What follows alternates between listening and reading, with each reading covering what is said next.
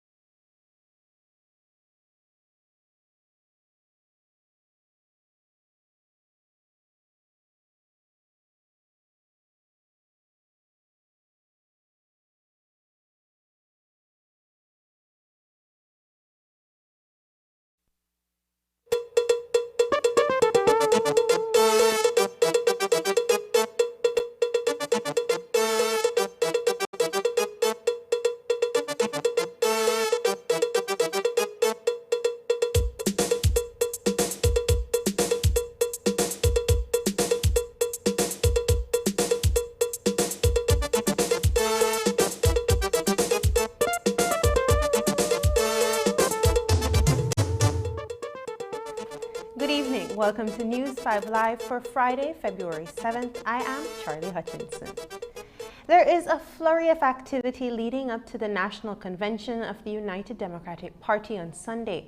This Saturday, both Patrick Faber and John Saldivar are holding separate events to keep their delegates close by, happy and safely in their corners. Saldivar's lavish event is to be held in Progreso Corozal district, while Faber is holding a gala later that evening at the Biltmore. Now, leading up to the convention, there has been nasty public sparring between supporters of both candidates. So Sunday's event is expected to be charged and fiery. Today, News 5's Isani Cayetano sat down with both sides to get their perspectives on the showdown that will determine who will become the new leader of the party in power. Final touches are being made to embellish the Belize City Center with the colors of the United Democratic Party and the banners of its respective leadership candidates ahead of Sunday's national convention. The gathering of delegates to elect a successor for retiring party leader Dean Barrow will take place here, but the long road to February 9th is a journey that has not until now been shared with the media. It really is a continuation of a race that I have long started on, and of course that started with my various levels of involvement in the party, starting from a street campaigner, working my way up to the deputy leadership position. And so as I campaigned in this season for the leadership, it is merely an addition to what I've done already. And in many respects, the people who I have to take the campaign to are people who I have engaged with numerous times before. Since declaring his candidacy in early September of last year, Deputy Prime Minister Patrick Faber has been leading an individual campaign to win over a select membership within the party by proving that he is the fitter of two candidates to lead the UDP into the upcoming general elections. As we wind down the campaign now, I've been able to convince the vast majority that will be needed in order to secure a victory that I am the right person for the job. From all outward appearances, however, it hasn't been an easy task. For a third time, Faber will be facing the same political opponent he has done battle with for chairmanship of the party in 2010 and for deputy leadership in May 2016. John Saldivar has kept a safe distance from our probing microphone, but his colleague Beverly Williams, who is running for second deputy, shared with us a vision for Team Saldivar. I believe that Team Saldivar is well placed. I believe we have ethnic and we have regional balance. And I think a party such as the Great United Democratic Party should have a party that looks like the face of Belize. And so we've had to visit and traverse and convince people as to what it is that Team Saldivar brings to the table. In doing so, Team Saldivar, like Faber, has had to canvass most of the country to sit down with delegates and listen to their concerns. We visited 25 of the 31 constituencies. So we've had group meetings within all those areas from north to south, east to west. Team Saldivar has also revisited those areas as a group. And then we revisited a third time, speaking individually, going house to house. And of course, as individually for me, as part of my campaign, we've been using the phone, talking to the individuals on the phone, hearing further from them in terms of how they feel, to get reaffirmation from them for their pledges that they made. And the campaign has been going excellent. But Williams isn't the only woman on the campaign trail. She is joined, albeit from an independent status, by Tracy Panton, who is running as deputy party leader. I decided to run for an executive position in the United Democratic Party because I really feel that I have the capacity, the integrity, the compassion that we require of our leaders. And I think that as a party, as we continue to evolve, we also have to bring a new face, a new vision, new ideas to the forefront of our party's thinking, and I believe very strongly I can do that. And also I think it's time that women in our party have a stronger voice in the decision making, not only at the party level, but also in terms of government. With no shortage of self-assurance from any of the candidates we sat with today, News 5 turned to incoming UDP Chairman Michael Perfeet for an idea of what can be expected on February 9th. Conventions are exciting processes. It's not going to be quiet, it's going to be loud and exciting. So that's what a convention is. However, the delegates know that they will be free to vote their minds and their consciences. Nobody will be forcing you to vote one way or the other. I mean, we're a democracy, everybody has a free vote. I know as we go closer and we get closer and closer to the convention, there will be mischief makers. You know, people trying to say, well, I hope they don't do this, I hope they do that. Listen, convention day on Sunday will go very, very smooth. And the only excitement will be just the excitement of us being together as UDPs. While there is indeed an eagerness that comes along with such a mass gathering, there is also a division within the party, a chasm, some say, that is par for the course with any intra-party race. That's what we're all working towards, an opportunity to win a fourth consecutive term in government. I believe whatever perceptions there may be in the public domain about a divide really comes from the fiercely competitive nature of the leadership race for the party. But I also believe that all of us, whether we are running for a particular position or we're focused on remaining grounded in our constituencies, we want to win a fourth term. There will be some measure of disappointment. There will require some healing within the party, but I think our desire to win and our desire to remain in government is far greater than anything that can divide us. And so I am very confident that the healing will come and will come in a very short amount of time. Reporting for News 5, I am Isani Cayetano. Restricting media access to cover Sunday's National Party Convention in an era where the dissemination of timely information is most critical is a counterproductive decision taken by the executive of the United Democratic Party. With social media as the platform of choice for information sharing, limiting our opportunity to broadcast on air or online the activities of the convention is archaic and has no place in today's society where freedom of the press is a right. Outgoing Chairman Alberto August, who is presiding over the event, told News 5 on Thursday that the decision is the result of having the election as well as the administration of party business being hosted at the same venue. Today, in an interview with Deputy Leader Patrick Faber, he shared his opinion on the matter as well as the unfettered access granted to the U.S. Embassy's political officer. I think it is merely how they have structured the agenda, and I tried to share my views on that in the National Party Council meeting. But traditionally, I think what has happened was we invited the media to the opening ceremony. I remember those days of the biennial well, and you structure the ceremony in such a way that there is a part of the ceremony that you want the whole world, the country and the world to see. In that portion of the convention, we also offered invitations to our friendly countries, the diplomatic corps, and so when it was that we spoke about the U.S. Embassy coming, it's because that is a normal thing for us to invite the diplomatic corps. In this instance, I'm not sure that that invitation was given, and so that was probably why the U.S.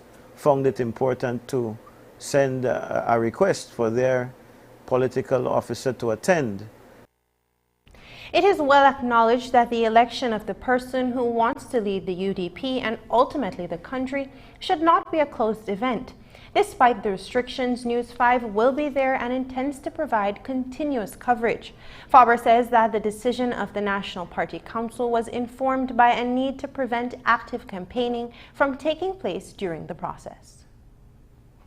I'm not sure that the intention of the party is to block out the media in such a way to say that you have no business in what we're doing here. But I think it is more the fact that it is a very heated convention. The election, to a large extent, is an internal matter. And while some may argue that it is a national matter because we know that this person may well become the leader of the country, not only the party, but it is a selection process that is an internal thing.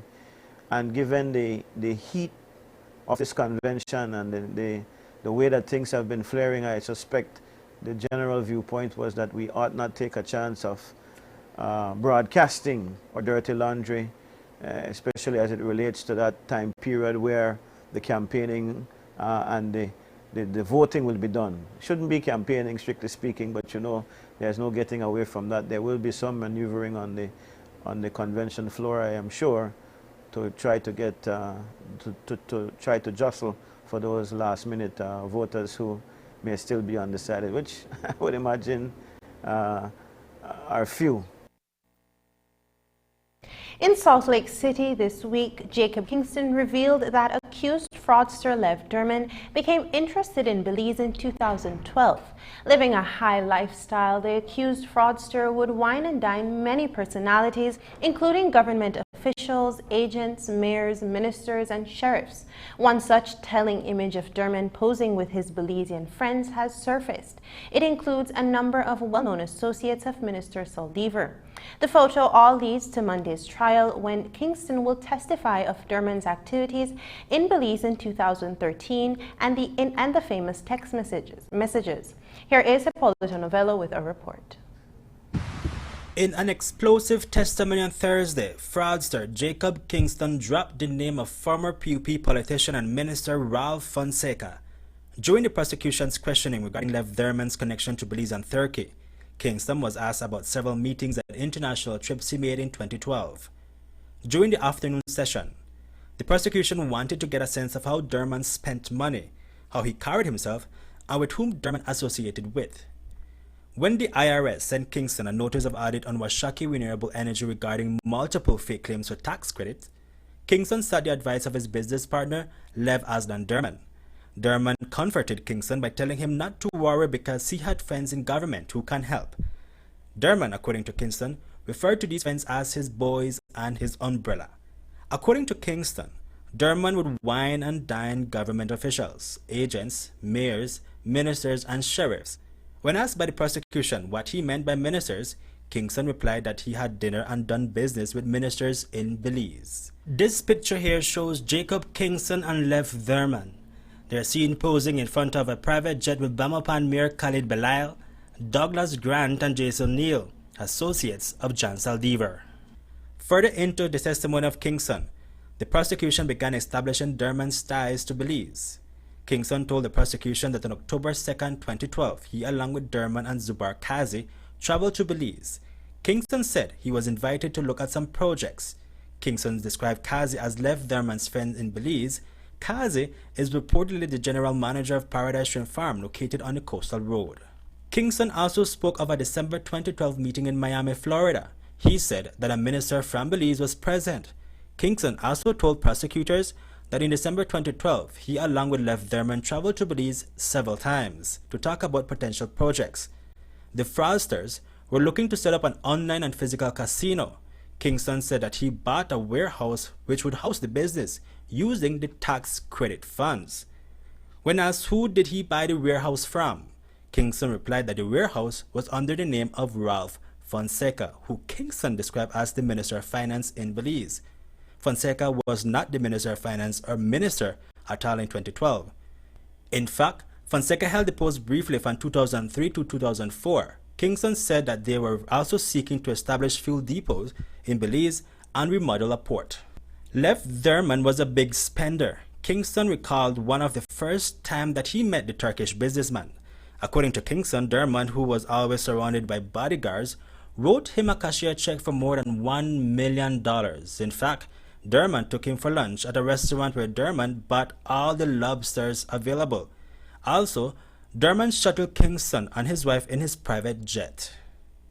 Kingston's Thursday's testimony only covered the period ending in 2012. The prosecution told the court that they would proceed on Monday with more of Derman's connection to Belize, going into 2013, which is when the text messages were allegedly sent to Minister of National Security John Saldivar. It is also expected that the prosecution will establish how the monies received from the tax fraud were used in Belize via many firms, including bribery to ministers and government officials. Reporting from Salt Lake City, Utah, Hippolyta Novello, News 5.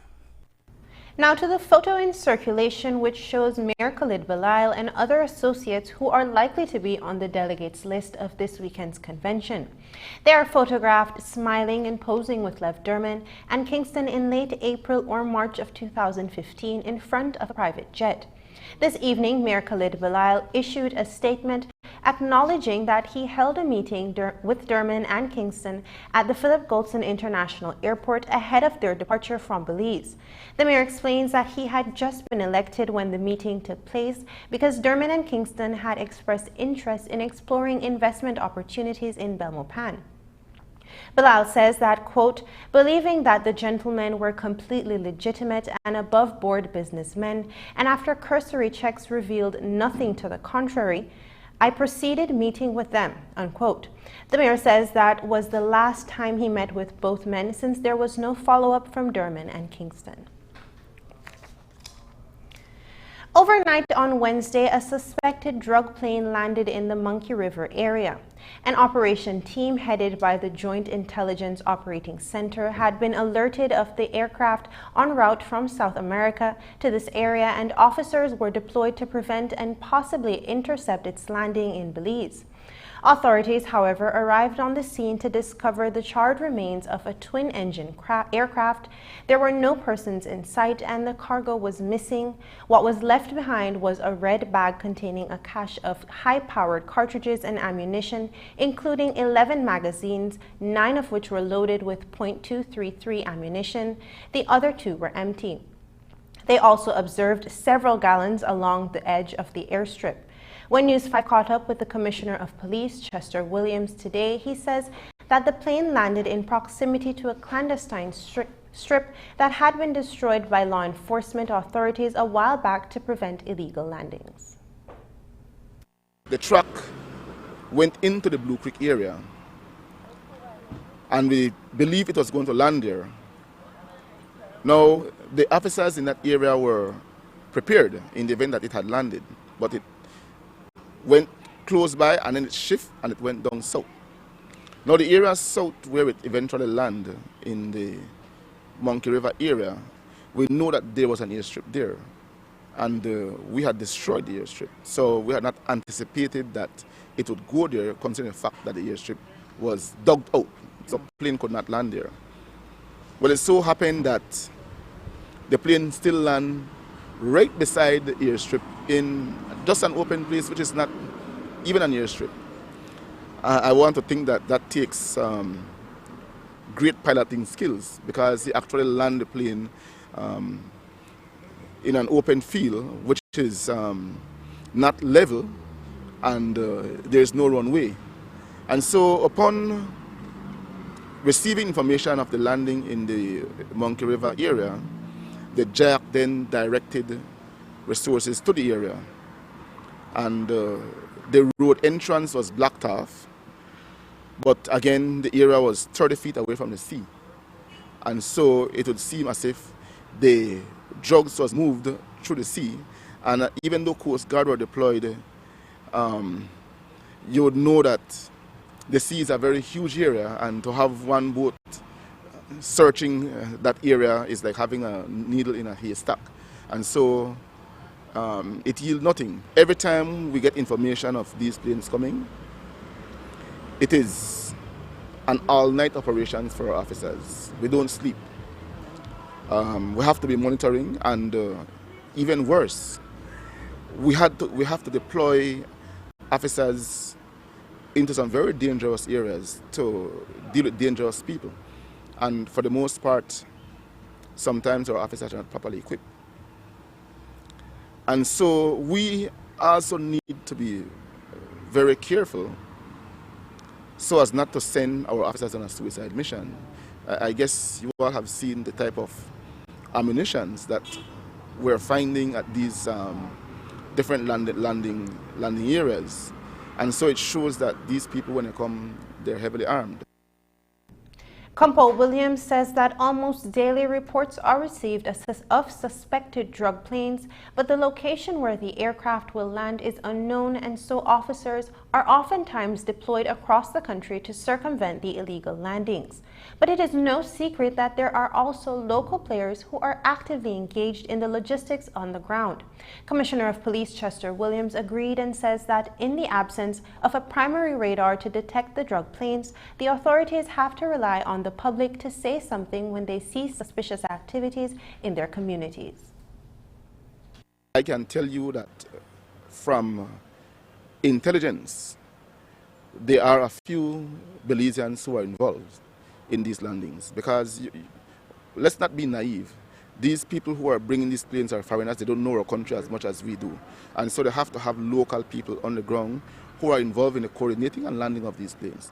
And there are things that we'll be doing to address that. I'm not going to go into specifics, but things will happen where that is concerned. Even if it is that you don't see something where the plane landing is concerned, or see the plane hovering over, if you know of people within your communities who are involved in these landings, and you see them mobilizing with large drums of fuel and a number of vehicles and armed men moving through your community, then let us know.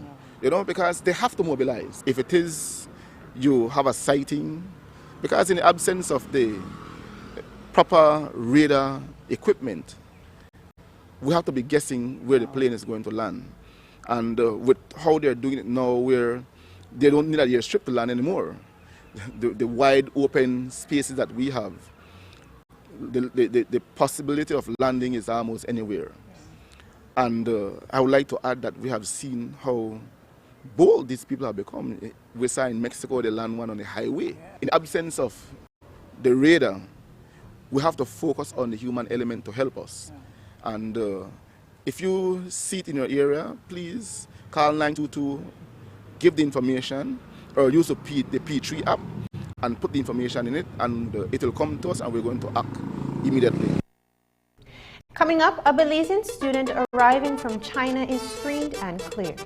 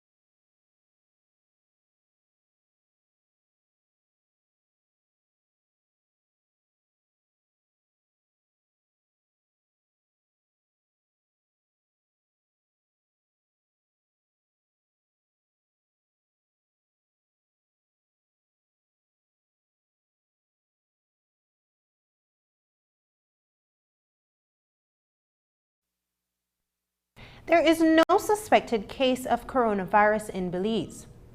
That's the message coming out of the Ministry of Health today. This afternoon, the ministry responded to reports of a person being screened at the northern border with Mexico. On Thursday night, photos surfaced that the person was processed by health officers who wore masks and at least one wore medical scrubs. The ministry confirms that it is part of its continued active surveillance activities at entry points across the country. In its release today, the ministry says that they were alerted days ago of a Belizean student returning from China and that surveillance and screening measures were set up for his arrival at the Santa Elena border crossing in Corozal. The student was also cleared at 4 other border points prior to arriving in Belize and was not ill. Today, News 5 spoke with Director of Health Services, Dr. Marvin Manzanero. Without getting into the particulars, because I think we do need to respect the privacy of the individual. And that has not been respected because we are now getting calls that the individual people have been asking the person and the relatives for further measures, and that's turning into a discriminatory fashion that we can't entertain. It doesn't help anybody, it doesn't help any of our surveillance efforts. So I think we need to be very careful with what we are actually putting out. As I said, it's part of our routine surveillance measures that were undertaken. In this particular case, the family of the person that arrived had actually approached us from the week before and said, this is what is going to happen. How can we ensure that everything is met? So we were aware of his travel itinerary. We were aware when he was going to be arriving. And the family had decided that they were going to take internal measures once we arrived. So everything was covered in that regard. We didn't feel that we needed to make that public. And I still don't think that we should have made it public. It is rather unfortunate that people chose to take photos, chose to socialize those photos without really asking the relevant questions. Just to make it clear, there's no case, this person was cleared and there's no case of coronavirus in Belize. Yeah, the person is not symptomatic, is not coming from the area. We're just going through the routine process that everybody who has a flight originating out of China will go through. The ministry release says that the student will remain in isolation and has no positive epidemiological link to any coronavirus. The situation gives health officials an opportunity to review and strengthen its procedures and processes for frontline workers at the border entries. DHS Dr. Marvin Manzanero says that prior to the student's arrival, there is no need for alarm and that the surveillance monitoring system by the Ministry of Health is at work. Well, it's not a scare. Actually, that's a routine screening process that's part of the activated surveillance efforts that we are conducting at border entry points or any other situation that gets reported to us. So that refers even to rumor surveillance. As I say, it's part of the routine surveillance. It's going to happen wherever it needs to happen. We are reviewing all manifests of people coming into the country. So if it happens anywhere else, we're going to do that. I don't think that people should be necessarily screened. It's not coronavirus. We could be dealing with other matters, and we will address the matters as they come about. The grieving family of Richard Harrison is beginning the painful preparations of his funeral in San Ignacio. The well-known businessman was killed on Thursday in a freak accident on the George Price Highway. Harrison was heading to Belmopan. He was killed when lumber from a flatbed truck landed on his vehicle. His sudden and tragic demise has caused reflection among his friends. Here is News 5's Dwayne Moody with a report. The news spread like wildfire on Thursday afternoon that former politician and businessman Richard Harrison had perished in a road traffic accident in Ontario Village, Kyle District. Harrison was traveling in a black SUV near Prayer Mountain area on the George Price Highway when the accident occurred. Paramedics arrived to the scene shortly after, but Harrison could not be saved. The police were called to the George Price Highway in the Prayer Mountain area, where upon arrival they saw a vehicle which was extensively damaged, and from the vehicle they removed the body of Mr. Richard Harrison. He was attended to by medical practitioners and succumbed shortly thereafter.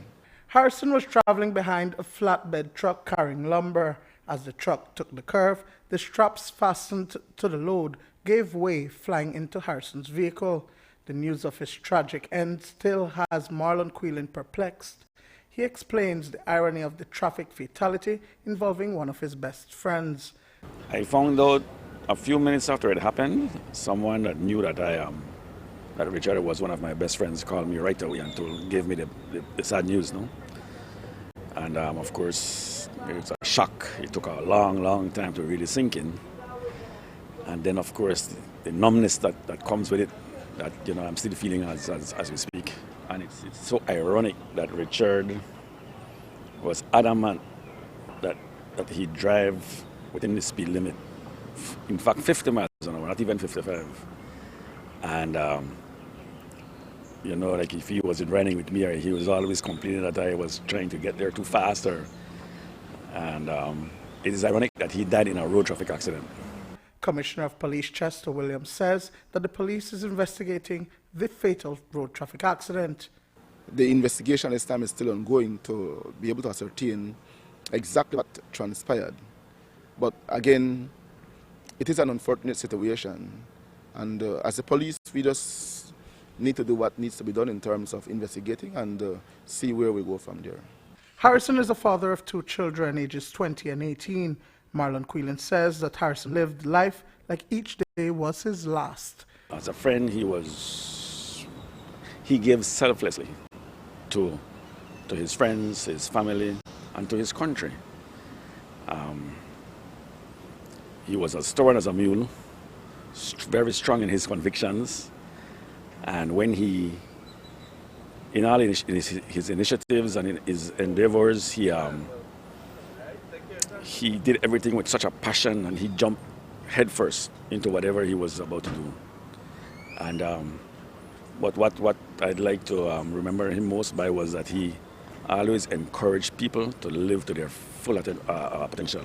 Dwayne Moody for News 5. Attorney for the Belize Bank Limited Senior Counsel Eamon Courtney this evening filed an application for leave to appeal a ruling made last month by Chief Justice Kenneth Benjamin in favor of the government of Belize on a UHS debt that has now ballooned to over $100 million with interest included. It all dates back to a debt that originated from 2004 and has gone before a number of processes.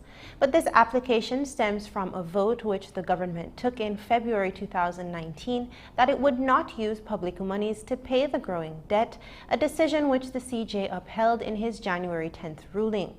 When News 5 last spoke to Attorney General Michael Perry-Feet on the matter, he said in essence that the Ministry of Finance is not in breach of any law or duty to pay the monies owed because the Parliament has not voted for that, hence the Minister of Finance cannot be compelled to pay.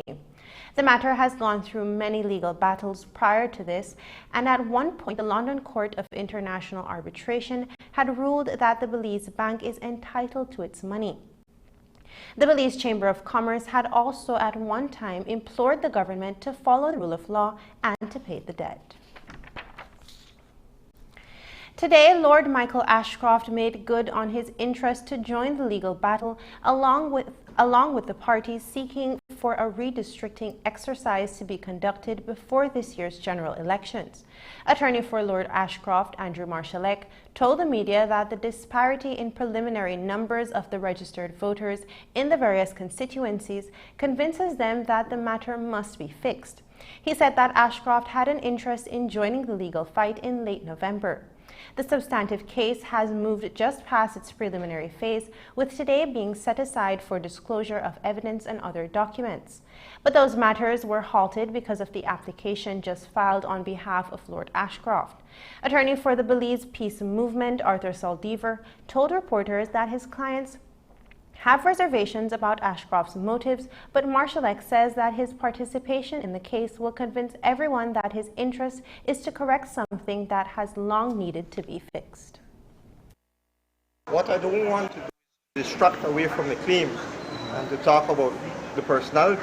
Okay. Where your focus and your interest really ought to be as a Belizean and a good journalist is how it is that the districting as it currently exists affects your right to vote, and how does it affect others, and is it fair, and is it constitutional?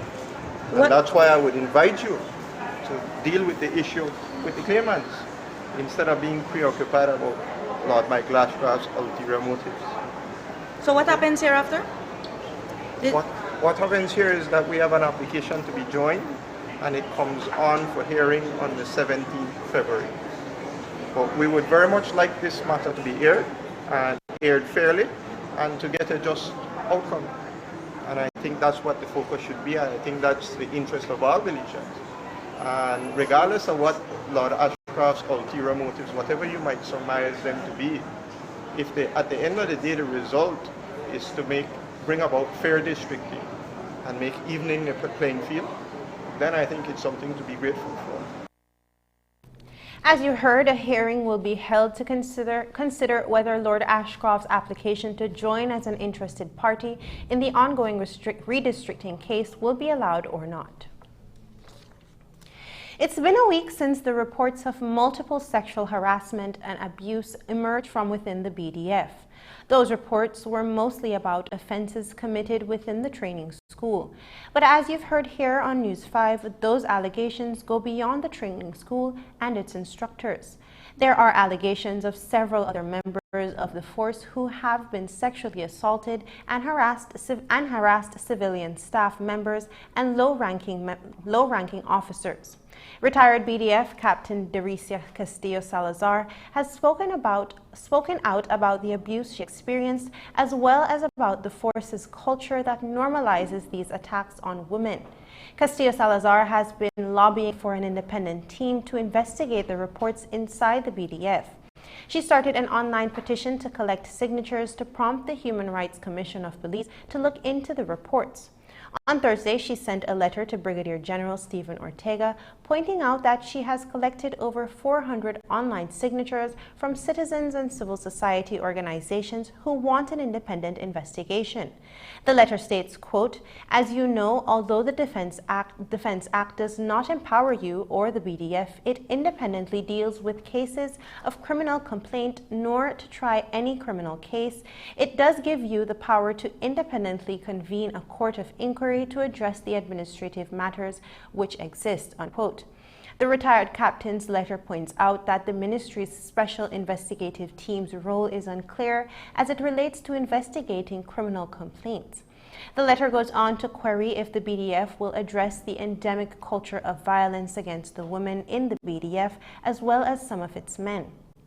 Last week, Friday, in an interview with the press, General Ortega claimed to have no knowledge of any wrongdoings in the force.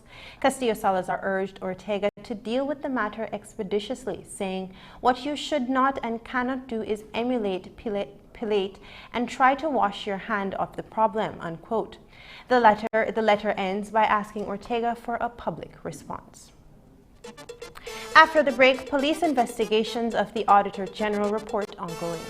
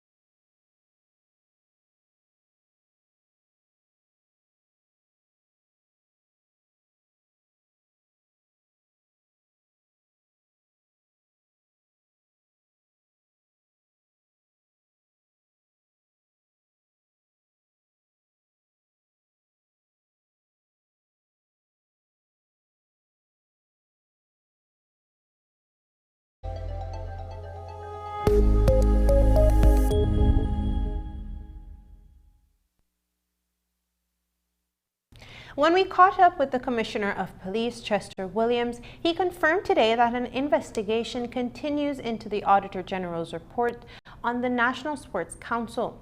Former Consul General in New York and former Sports Minister Herman Longsworth is one of the several persons named in the audit for questionable cash transactions.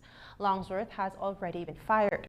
Former NSC Director Patrick Henry is also accused for illegal transactions. Compo Williams says that the investigation is right on track. While they are using the audit report to guide the investigation, the officers assigned to the case are also in contact with the Director of Public Prosecutions. So how soon will charges, if any, be levied? I met 2 days ago with the lead investigator to inquire where they were with it. And he gave me a briefing in terms of what has been done and what they are currently doing. I know that they are currently awaiting to have a meeting with the Director of Public Prosecution so that she can provide them with some guidance in terms of how they're going to deal with some of the persons who are named in the Auditor General report. And that meeting should be had very shortly. I know that they have also been in dialogue with FIU, and we have requested certain banking information from FIU that are needed for the investigation. So I know I've heard some say that why investigate the Auditor General report already there as the investigation. No, that is not how it works. We as a police need to do our own investigation. Yes, we use the Auditor General report as a guide in terms of her findings, and then we need to now go and get the relevant evidence to be able to gather what needs to be gathered in terms of evidence to lay charges against those who may be charged eventually. And so that is what we're doing right now. It is not a fly-by-night investigation. It ought to be done very meticulously. We don't want to rush something and then when time comes, we don't cross our T's and dot our I's, and then we go to court and end up losing the case. Williams says that the police will be guided by the directives of the Director of Public Prosecutions. But what about those who seemingly have political clout? Compo Chester Williams also made clear that no one will be spared because of their political connections. There is nothing in our law to say that anyone with political affiliation or clout are exempted from criminal liability. And so, if at the end of our investigation, it reveals that there is evidence against anybody, and the DPP give us instructions that such person is to be charged, believe you me, the DPP instructions are going to be adhered to. In the court, the prosecution and the defense in the rape trial of Irvin Pitts wrapped up this evening during their closing arguments before Supreme Court Justice Colin Williams. A jury of 6 women and 3 men will decide Pitts' fate. Pitts is accused of forcing a mother of 3 of performing oral sex on him early in the morning of April 2, 2016, after they met up at a nightclub in Belize City. She alleges that Pitts offered to drop her and others who were at her home, but that after dropping off the others and while heading to her house, he instead drove to his house. When he got there, however, he left her in the vehicle for several minutes, and when she decided to go see if he was all right, he attacked her in the yard and forced her into his house. She alleges that he choked her and forced her to perform oral sex on him, and then took her home and told her not to mention it to anyone. The case was presented to Crown Counsel Reese Cattouse, while defense attorney is Andrew Bennett. A number of bail applications were heard today. Gian Lee Guerra appeared before Justice Antoinette Moore to apply for bail, but he could not be considered because he does not have a defense attorney for his trial, even though the incident allegedly happened in 2015. Guerra said he had an attorney, but the case was never called and he lost that legal representation. He is charged for the October 2015 murder of Rafael Rival in Orange Walk. Justice Moore sought to sort out Guerra's situation to see which attorney could be assigned to represent him pro bono. That, however, won't be known until next week, when his potential attorney can review his court schedules and Guerra's case file to argue for bail on his behalf. The Main brothers, Shaquille, Tyrone, and Ellis, were not able to be considered for bail today because their case file is still incomplete. The trio, charged with being members of a street gang, namely the Bank Street Clique, will return before a Supreme Court judge next Friday to apply for bail. By then, it is expected that the police will have taken and attached all the witness statements to the Main brothers' case file so that the judge can review and evidence and contemplate bail. The Main brothers are represented by attorney Dickie Bradley. Attorney Earl Hamilton secured bail for Jalil Patillo from Supreme Court Justice Antoinette Moore, provided he abides by certain conditions.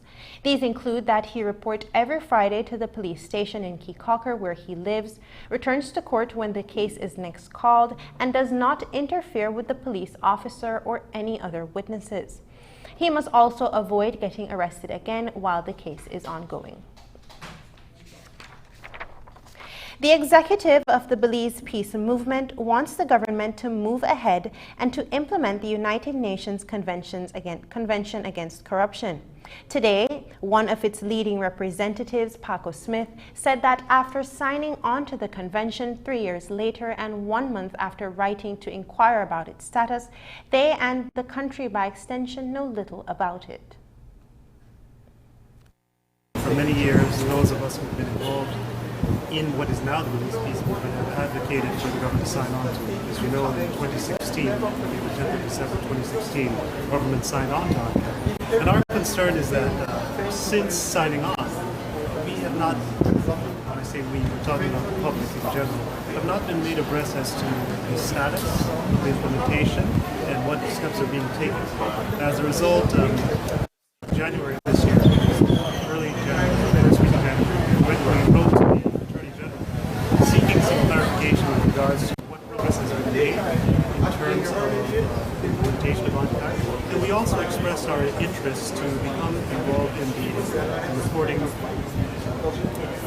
process that is inherent within UNCAC itself. And we're concerned now because it's over a month and we have not received any information as to where they stand, and they didn't even say that they received correspondence. We know it's been received because we sent it via email and also had it delivered to the ministry. The Belize Peace Movement joins the National Trade Union Congress of Belize, which has also asked the government to move forward with implementing the convention. When we come back, the Queen of Calypso is in Belize. We'll tell you why Calypso Rose has returned to the jewel.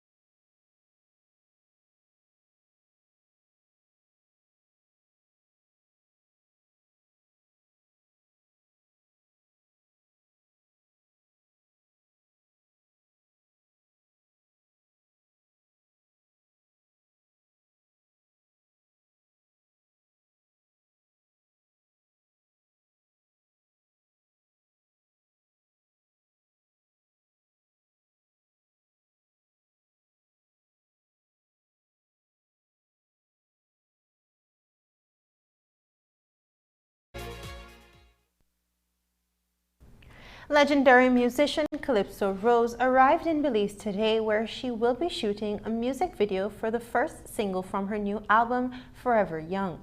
The lead single is a cover of the late Andy Palacios' Watina, itself the lead single from his eponymous album released in 2007.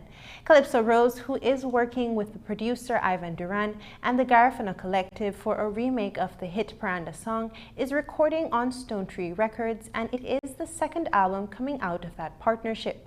This afternoon, we met up with the famed 80-year-old Calypsonian at the Philip Golson International Airport, where she was greeted by the Garifuna Collective. The Calypso queen of the world, Manu Joe Marshall Montano.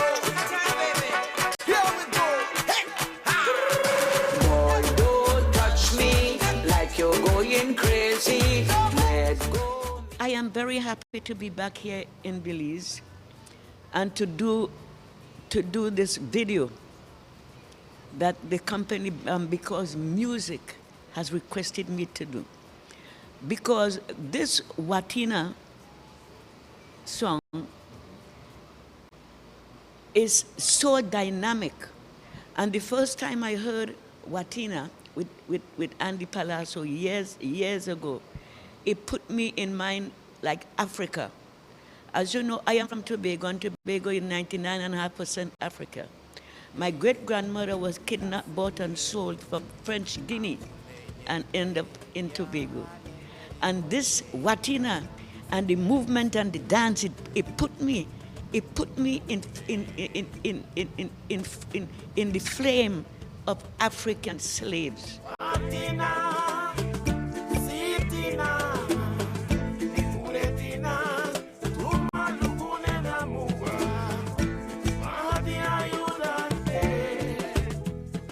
I've been working with Calypso Rose for a few years. This is our second album together. First one was Far From Home, and this one is called Forever Young. We just finished like a few weeks ago, and we're very happy to have her come to Belize, her second home, as she calls it, and this time to shoot a video clip for the first single of the album, which will be Watina. So we're going today to Hopkins, where we're going to be shooting the video along with members of the Garifuna Collective, and some of the same locations where we recorded the original version of Watina in 2007, and the video, the original video with Andy Palacio and the members of the Garifuna Collective. I am so happy to know that I am here. And again, I am so happy to know that because music has requested this song. And although we did a lot of tunes from since 2 years now, and because music selected Watina as the #1 track for 2020, from 2019 to 2020. So I know with Watina, we are going to bring a next, and because when the album released last year, it released last year May, and the 13th of September, it became gold, and December, it became platinum. So Watina will do much better. Millions of copies will be sold in the name of Belize with Watina, and I'm happy to know I am sitting by the wayside walking along. Oh my God. How did the idea come about to have Calypso Rose cover such a standout piece of music? Yes, I think you're right. Watina it's a classic, right? And it's more than just a piece of music. It means a lot for many of us. And when we set out to do this new album with Calypso Rose, of course we did her compositions. Like most of the songs in the album are her compositions, some old, some new. And interestingly, the idea didn't come from us to include Watina or to suggest Watina to Rose. It came from our partners in France. Boy,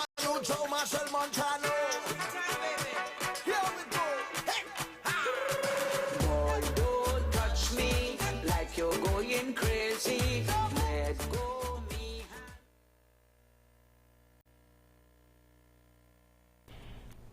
The Commissioner of Police, Chester Williams, commenced his official tour of the country. His first stop was in the islands of Caye Caulker and San Pedro, comprising the jurisdiction of the Coastal Executive Unit, which is headed by Superintendent Christopher Noble.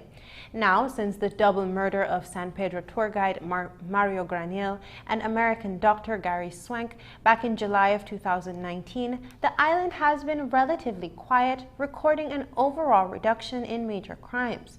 Williams says it is a reflection of the collaboration between the community and the police department on the islands. The purpose of the tour is just as we did last year, where we go and meet the officers and explain to them what were our achievements and shortcomings for last year, and to chart the way forward for 2020 in terms of what is expected of them as police officers, to be able to give the public the level of policing that they so rightly deserve.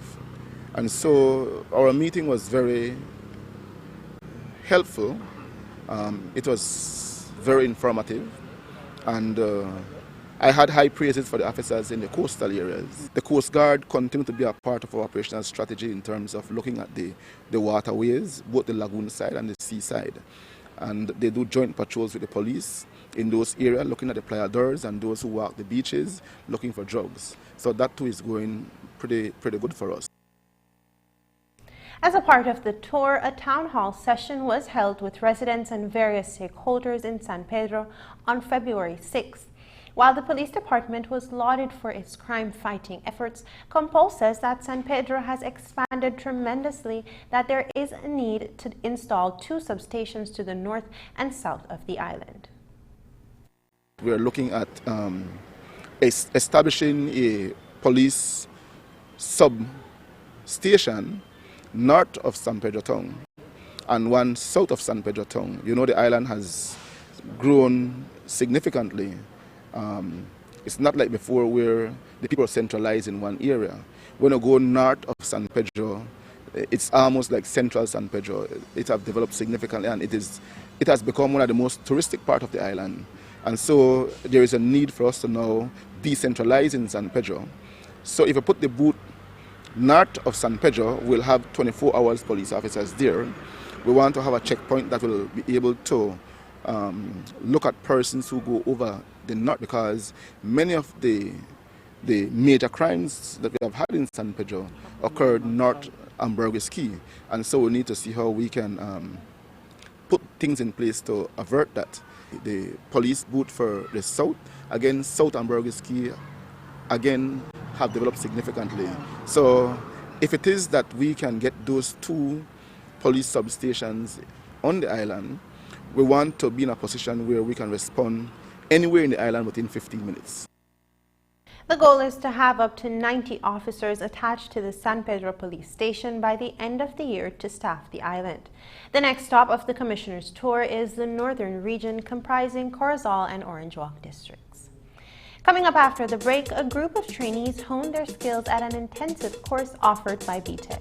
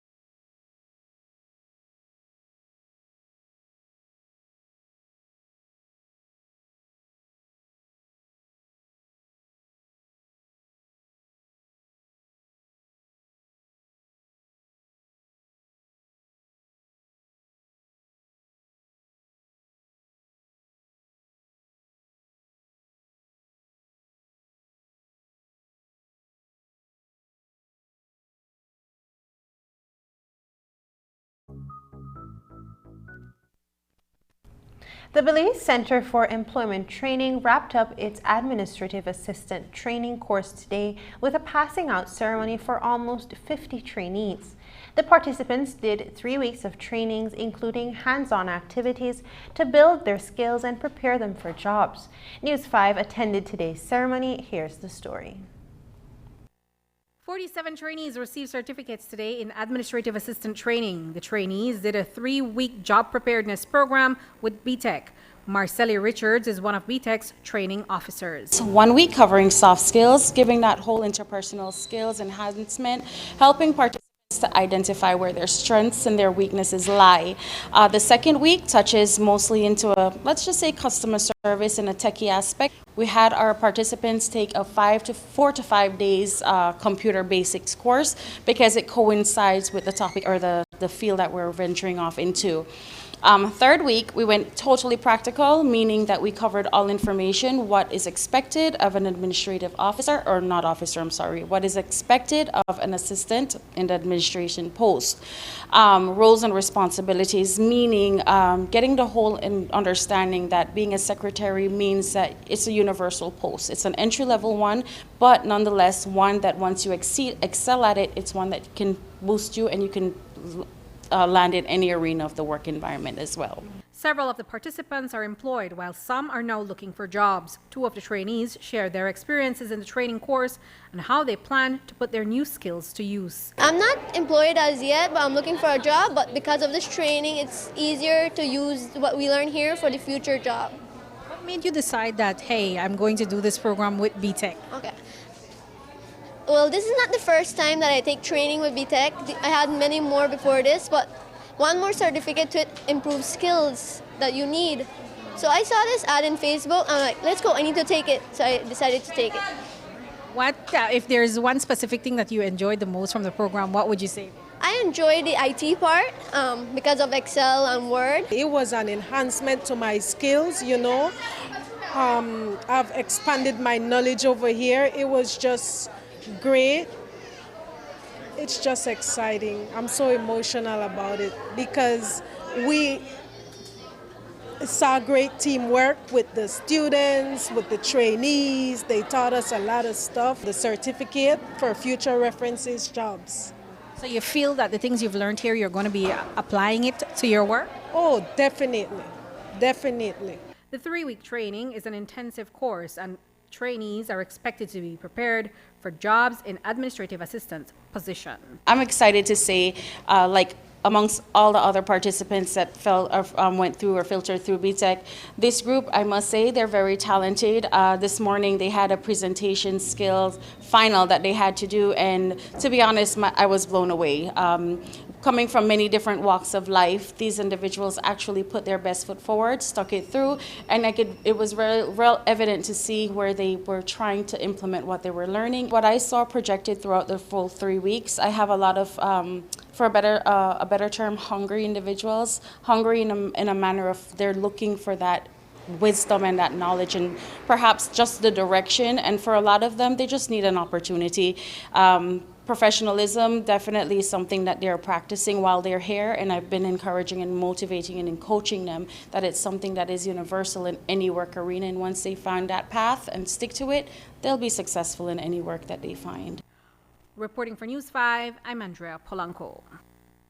The Consortium for Belize Educational Cooperation 32nd Conference also concluded today at the UP campus in Belize City. COBEC has been around for over 30 years, and it connects Belize with the United States and other countries to strengthen and expand higher education opportunities. This week, they hosted the Education Expo, which was followed by the conference on Thursday and Friday. Belize's co-chair of COBEC, Karen Martinez, explains what the conference is all about. Since we are in Belize, provide our U.S. partners more opportunities to understand what we do so that they can better be able to navigate and ensure that this partnership is smooth. So today we will have communication about quality in education from our perspective. So that's actually the theme, quality in higher education. And we will also have different organizations that, although they are not education, influence the flow, the networking, the relationships such as immigration. So they'll be here to talk to us how to have a smooth flow, like when our colleagues want to come to bring students or whatever, that they will understand the in-house requirement. We will also have the Ministry of Health, because as I mentioned, our relationship is not only about education, but it's like partnership to develop beliefs. So we also have people come in who do things in health and not necessarily directly in education. So when they come, they also need to understand what we have here as the standards for practice. We also will be highlighting some partnerships. So we have some schools presently going through a quality assurance initiative. So today we will have the partner from the US, along with a couple of us. I'm part of the team who will be presenting information on best practices in quality assurance. And then we'll also be talking about collaboration among ourselves. And that's the news. Don't forget that tonight's broadcast is available in both text and streaming video at channel5beliefs.com. You can also connect with us on our Facebook page at facebook.com/News5Live. I'm Charlie Hutchinson. Thanks for joining us. And from all of us here at News 5, have a happy and safe weekend. Good night.